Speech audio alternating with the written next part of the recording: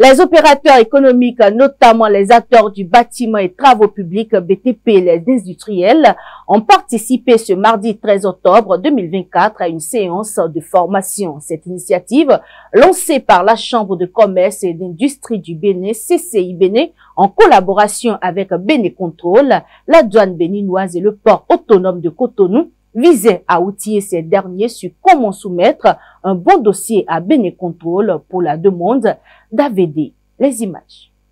Dans le cadre de l'amélioration des procédures douanières, la Chambre de commerce et d'industrie du Bénin, CCI Bénin, en partenariat avec Bénin Contrôle, la douane béninoise et le port autonome de Cotonou, a organisé une séance de formation à l'intention des importateurs des secteurs du bâtiment et travaux publics, BTP et des industries. L'objectif de cette rencontre était d'expliquer aux participants comment soumettre un dossier de demande d'attestation de vérification documentaire AVD conforme aux exigences de Bénin Contrôle. Les opérateurs économiques présents ont été sensibilisés sur l'importance d'une description précise des marchandises, la prise en compte des informations fournies sur la plateforme aide-mémoire ainsi que le choix judicieux d'un déclarant en douane. Plusieurs communications d'experts ont enrichi cette rencontre dans le but d'améliorer la qualité des services liés au dédouanement des marchandises.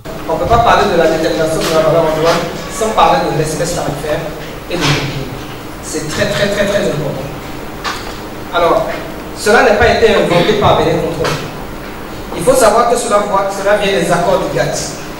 Et les accords du GATT, ce n'est rien d'autre qu'une entente entre les professionnels de la douane sur la façon dont il faut déterminer la valeur internationale. Un des principes qu'il faut retenir, c'est qu'il n'y a pas de valeur fictive ni de valeur arbitraire. Lorsque les règles ne sont pas respectées, il sera difficile de tenir compte de cette valeur transactionnelle pour évaluer votre marchandise. Vous n'êtes pas le seul commerçant sur le même marché, le même produit est commercialisé par d'autres et on peut constater vraiment des dérives. Nous faisons très attention. Selon Nadia Degbe, responsable du service client à Bénin Contrôle, les participants ont montré un intérêt particulier à travers leurs interventions. On a d'abord commencé par exposer les procédures, la manière de travailler, les astuces pour mieux collaborer avec les gens. Avant de laisser la parole aux usagers, aux importateurs, on avait besoin d'établir cette relation avec eux. On a quand même la sensation que la connexion et les explications étaient faites afin qu'on puisse y répondre, nous améliorer notre travail et leur permettre de s'améliorer.